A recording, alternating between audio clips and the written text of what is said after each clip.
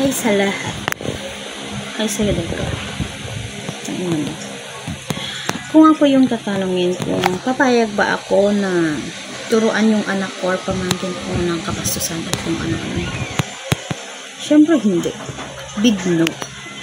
Hindi ako papayag na tuturuan mo yung anak ko or pamangkin ko ng kabastusan. Hindi ako papayag na paglaki niya magiging katulad mo. Ganyan. Matanda ka na, dapat ang tinuturo mo sa mga bata, mga magagandang asal, mga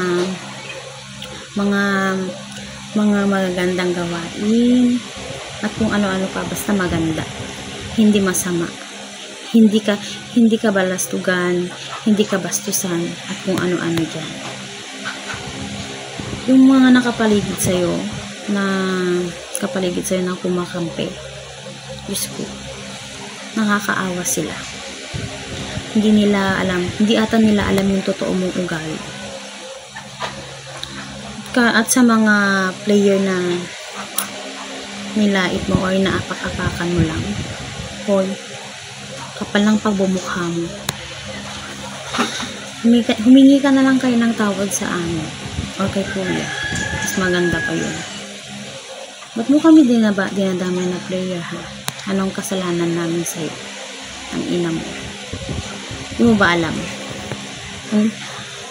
Kaming mga player. Hindi kami lang player. Solid kami. Solid.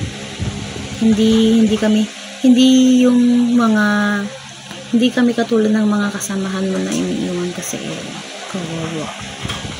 Kawawa ka talaga. Kawawa. Hindi kami nangiiwan. Ikaw, ay, Diyos ko. Kawawa ka talaga. Gago ka kasi. Ito para sa'yo.